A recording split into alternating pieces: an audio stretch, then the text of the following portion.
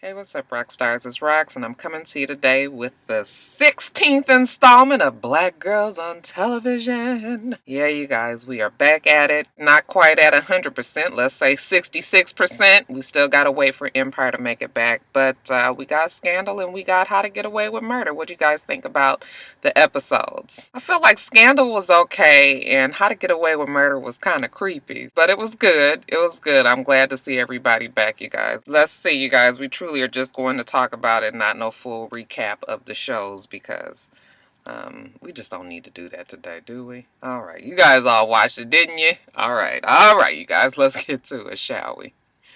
So the setting of Scandal now is 6 months later. Olivia and Fitz have gotten themselves completely out of the others' system, and they are back to business as usual. Olivia is I guess she's a little bit of a celebrity around town. It's her and her father at dinner, and Papa Pope is just commenting on how Olivia loved the little bit of taste of power that she had for however long she was in that Oval Office. She was running the country. He knows his daughter very well. Olivia, she's trying to just kind of laugh it off, but she knows it's the truth. She's not the type to just kind of sit around and be a first lady like Fitz wanted her to be, picking out Christmas trees and decorations and the such, talking about little trivial matters, that the first lady always gets assigned on to do. He told her, yeah, you were power. I know you missed that. I wish you would just come on back to it, come on back in the fold. She says she's not going back to his house. She's not visiting him because Jake is there. Papa Pope is just like, hey, Jake is my son. He has returned home like you should. Then we see that Olivia and Jake,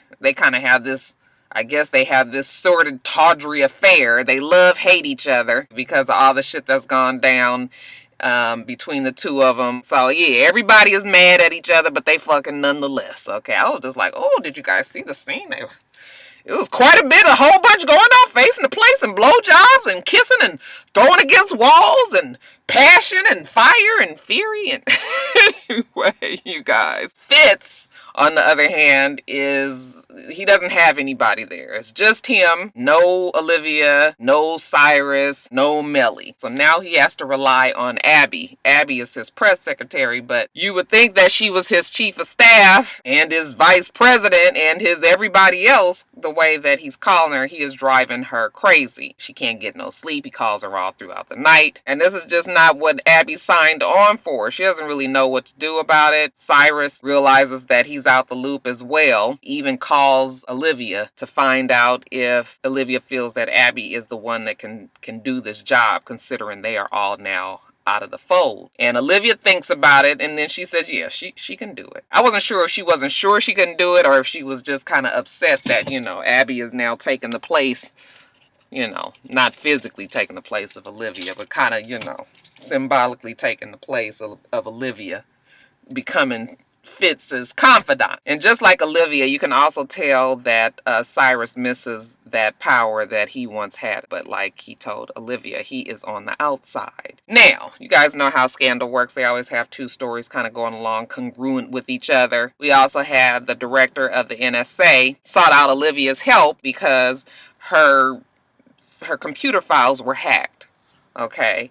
And many of the secret and many of the and many of the top secret, cases that the NSA works on was in those files. Most important was, what was the name of that? Project Mercury. And Project Mercury seemed like it was I guess it's this mission where they were, pretty much following, tapping into top leaders of nations' phone lines and, all of their personal business, all of their work business, they were tapping in and listening in and following and all of that. It's a mess because now that she's been compromised, it could get out and it could be a diplomatic nightmare for Fitz, as he has said.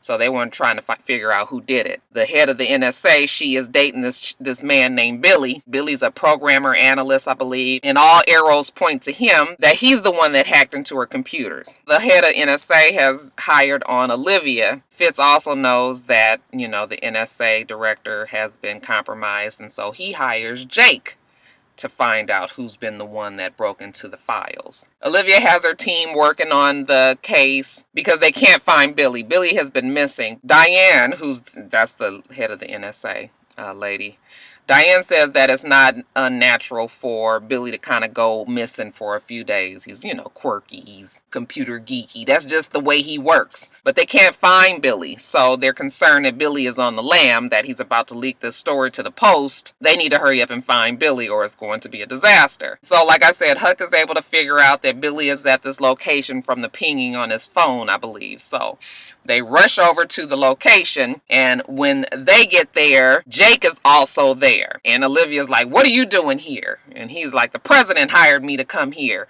"Why are you here? You're working for Diane." And, he was like, that Billy is the one that leaked into that account, and you are working for this woman. And, he's all indignant that Olivia is working for her, and she kind of got an attitude that he's working for the president. Just adds more tension to their little tawdry affair. Okay, I was like, they gonna fuck the hell out of each other now. So now the president has officially put Diane under investigation. Diane is sick that Billy would turn on her like this. She doesn't want to be seen as this weak lady who got preyed on by this man, considering she's the head of the NSA. So she needs Olivia to kind of work this out with the president. I'm good with being reprimanded, but I don't want to be fired. So you go in there, you work your magic. I was really, really happy, though, when Olivia was talking to Abby at the house. Abby was just like, "He's driving me crazy. He's just working me to death. I don't have any life." Okay, Leo, who's her man, he wants me to quit because he doesn't never even see me. How am I supposed to have a relationship? How am I supposed to have a family if I'm always working? Olivia's like, "You can't quit. I was the last person that was there that he trusted. I'm not there anymore. He doesn't have anybody but you." Then Olivia throws in that, she kind of needs a favor from him, but she doesn't want to call because, it wouldn't be right. And Abby goes on to say, "Oh, you don't want to call because you're afraid that if you do that and then he does whatever it is that you need him to do, and then you're going to owe him, and then the relationship is going to get started right back up." I'm thinking to myself, no, her ass is afraid to call because she don't know if he's going to accept her damn call. That's what the hell it is. But Olivia, this huge ass ego, that she done did all of that shit to Fitz, put him through all of that shit last season or the end of the, for the winter finale and all of that. And she still thinks that she has the juice enough to call him and ask him to, be lenient on her client, Diane, the head of the NSA. I was just like, oh my God. So she sits there, she's got her brandy or whatever, she's trying to work it out. And then she finally gets up the nerve. She calls. And when they put that camera on Fitz and the secretary came in there and was just like, "Oh, Olivia Pope is on the line." He just looks at the phone for a long time. I said, "You better not answer that fucking phone. You better not. Have some damn balls, man. You better not answer that phone." The next thing you know, the lady comes back on the line and says that the president is unavailable. Would you like to leave a message? I was like, thank God. I was going to be so mad. I was going to curse a whole lot if Fitz answered that phone. I mean, even though he's probably going to give in eventually to Olivia because he always does. Don't do that shit 6 months later. Let that bitch sweat. So I was glad, she was so molded too. I was just like, "Oh, scratch that neck." Did you guys used to say scratch that neck?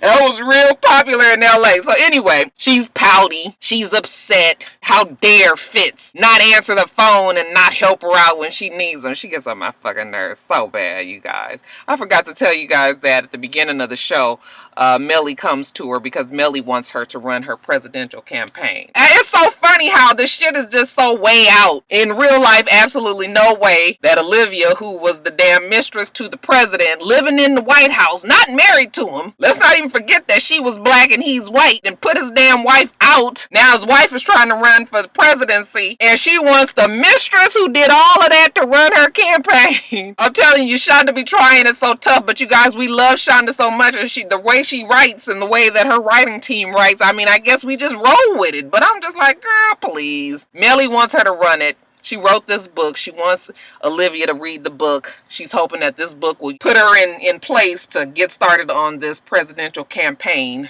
Olivia's telling her she is not going to run her campaign at all. Now, Olivia and her team, they're still trying to figure out where Billy is. They need to get their hands on Billy because as of now, he still hasn't done anything, hasn't leaked anything. So they know that if they can catch him in time, then, you know, there won't be this big problem. And then one night, Quinn and Charlie are in bed and they're talking, and Charlie says some shit to her and gets her to realize that, you know what, Billy couldn't have been the one to hack into Diane's computers. Quinn rushes and tells Olivia, and Olivia gets to thinking. You guys know how you see the shit churning in her head.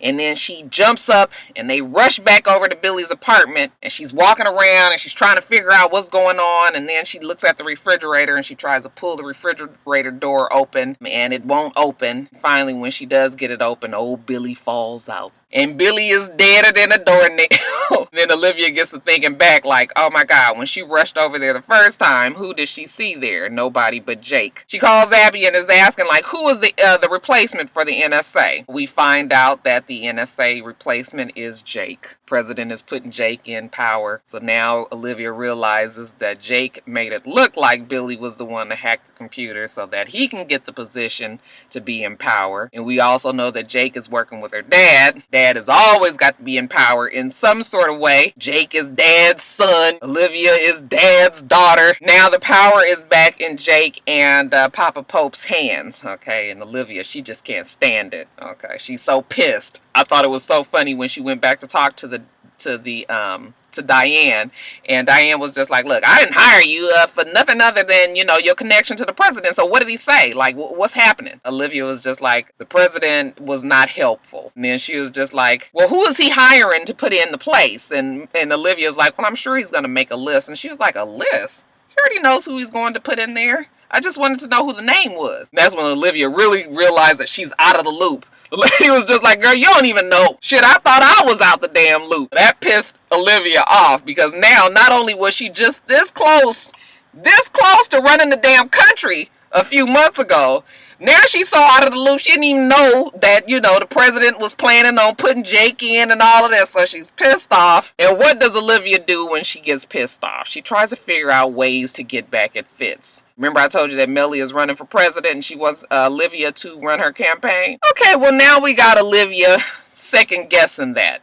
Okay, she talks to Melly. She tells Melly that the book sucks. Okay, this is a safe, easy book. Not the book that's going to put you in the path of presidency, though. You need to write a book that's hard. Hard truths. The truth about all you've done. The good, the bad, and the ugly. People will want to read that about you, and then they will trust you, and then they will vote for you. So you go on and write that book. Melly was like, I'm going to write that book.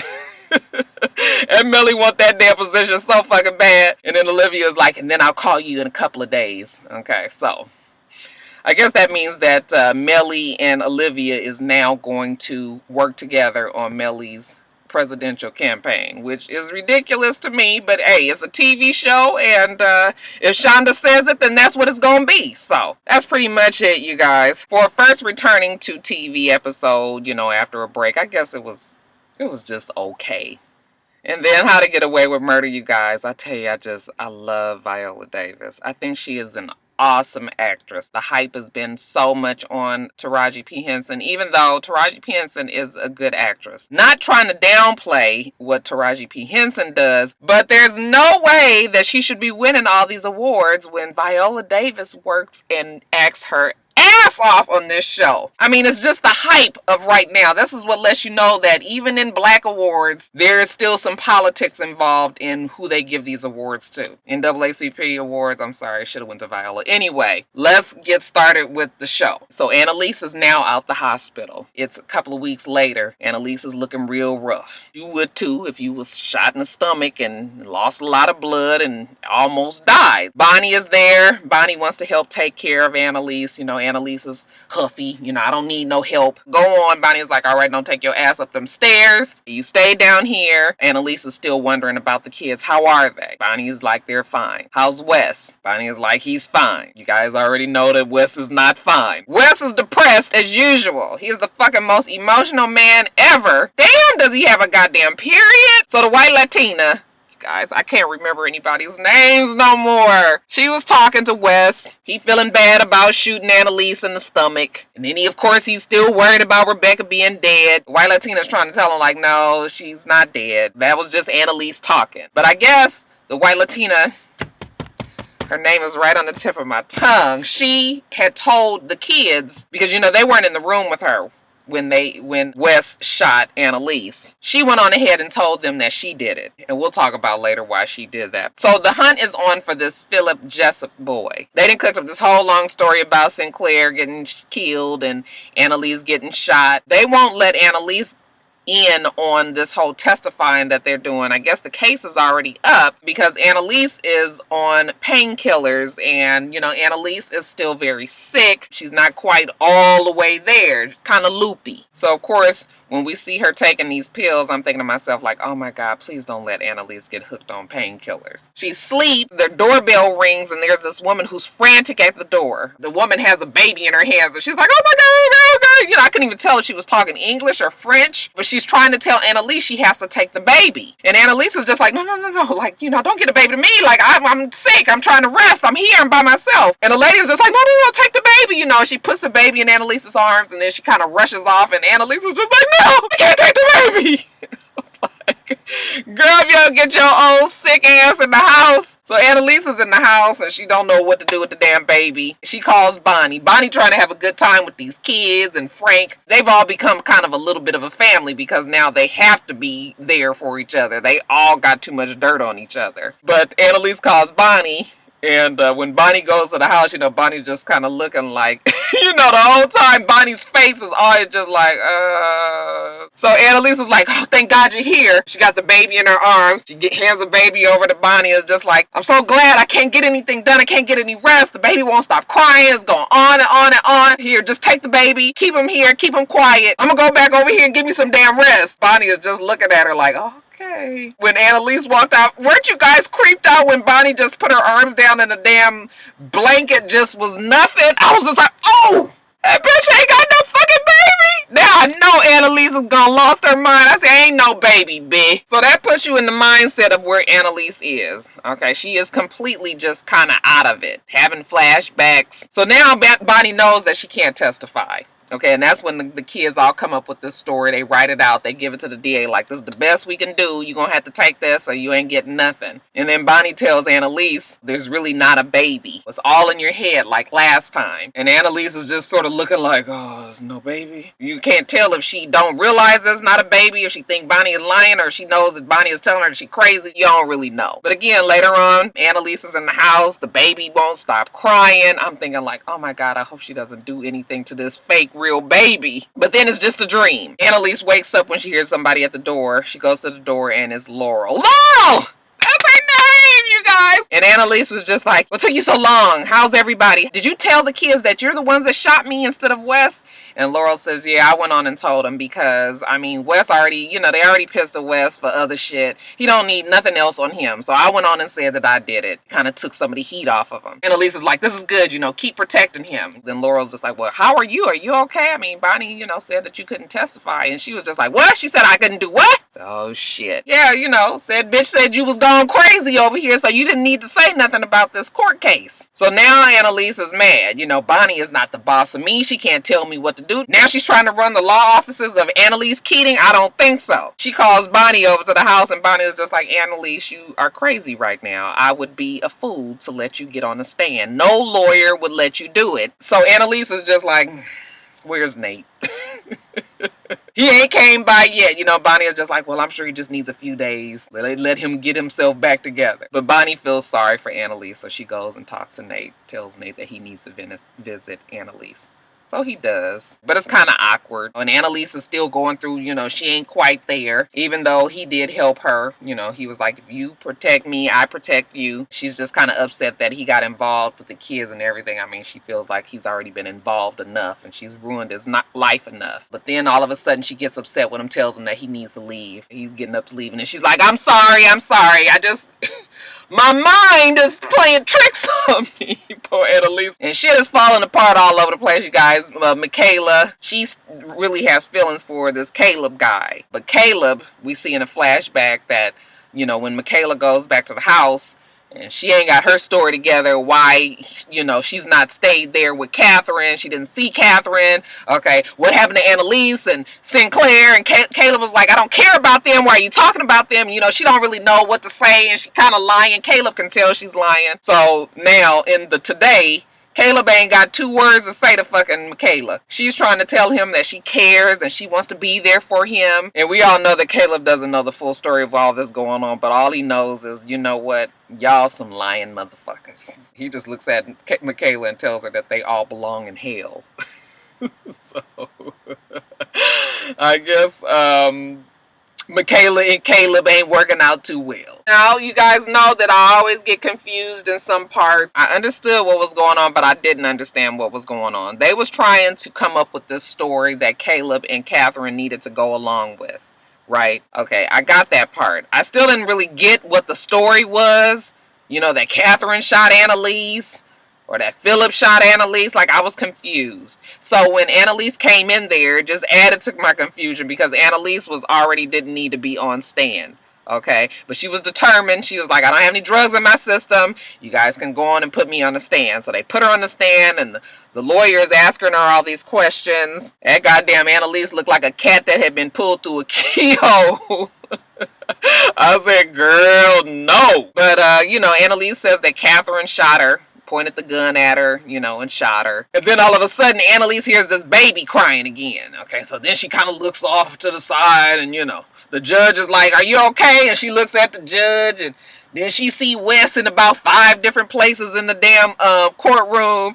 And, you know, she kind of leaning over. Like, I said, oh, this bitch fixing to pass the fuck out. Why would they put her on the stand like that? But you guys, I guess, knowing Annalise, she always has a plan, right? And so they take a 15-minute break. She goes in the bathroom. She looks and she sees that her wound is starting to bleed. And it's actually bleeding pretty bad. Okay, so she already kind of shaky. She can't get to her medication. So she's fucked up. She's in the courtroom bathroom, and she's trying to, you know, put some paper in there. Bonnie is like, Annalise, come out. She's like, I'm coming, I'm peeing, just hold on. Bonnie is just like, you don't need to be out there. You should not be on stand. Okay, you are really, really sick. And Annalise is like, don't worry about it, I'm fine. Okay, Wes comes in there, and he wants to talk to Annalise too. That look on his face. He always got the same expression. Wes do look good though with that, you know, that man hair. I was like, oh, great, Wes. Might not get on my nerves so bad with all that manly down there. Annalise gets back on the stand. She's visibly shaken. They start asking her questions, and then she, you know, she starts to say all kind of stuff like, oh, Catherine didn't shoot me. Philip shot me. Okay, and then she goes on to say, Catherine killed her parents. And they're like, what? We're not talking about Catherine shooting nobody's parents right now. And she was like, she told me that when I was her defense lawyer. So then, of course, Michaela tells the gay guy, I think, or yeah, I think it was the gay guy, you know, like she just broke confidence. The lawyer's like, well, none of this is admissible because Annalise just broke privilege, I think it was. Broke privilege and gave away the testimony of her own client. And we're not going to, you know, this is all going to be stricken from the record and blah, blah, blah, blah, blah. So like I said, I don't really understand what happened there. But what I think happened is that Annalise purposely put all this confusion into the trial so it would be a mistrial and that they wouldn't be able to use anything that she had just said in a future case. But again, I am not sure. Then Catherine jumps up and says that she remembers now that she did shoot Annalise and that she was drugged by Philip. That has something to do with them trying to get them, Catherine and Caleb, to agree to this made up story so that Catherine won't go to jail and, you know, this, that, and the other. So that's, I know you guys, that's the part that I always be confused in some parts, but y'all come in and y'all clear it up for me, don't you? So anyway, Annalise talks to Caleb in the car. She was like, you should be thankful that I helped you out. Okay, Catherine is now seen as a victim. She's going to get minimal time, Bonnie tells Annalise, and that she's going to have to testify against Philip. Okay, some tell me Philip ain't gonna go away too easily. Philip already a little spooky. Remember those talents that Philip has? So we might be downplaying and not giving Philip too much credit right now, but we gonna see more of Philip eventually. Annalise has helped Catherine and Caleb, and she's just gonna take it on back to the house. Now, before she gets to the house, Wes is at the house. Wes is going through all her shit, trying to find out what she knows about Christoph. Christoph is, I guess, Wes's real name. First name, middle name, play name. Y'all know how we do, black people. We be giving them all kind of names. But he's going through computer files and banker boxes and all of that, trying to figure out what she knows about his life. Annalise gets home and hears noises.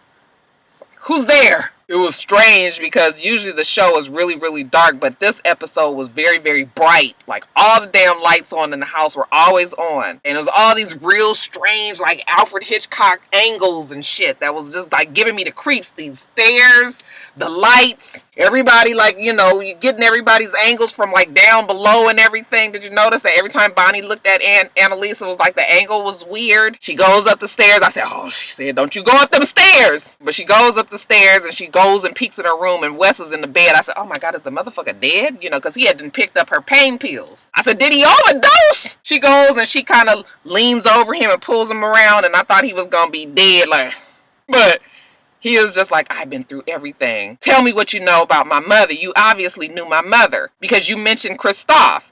So what do you know? Annalise, you know, we had got a flashback before of Annalise when she was pregnant. We didn't even know that Annalise, did we know that Annalise was pregnant? I think we knew. I don't know. Did we know, you guys? I don't even remember.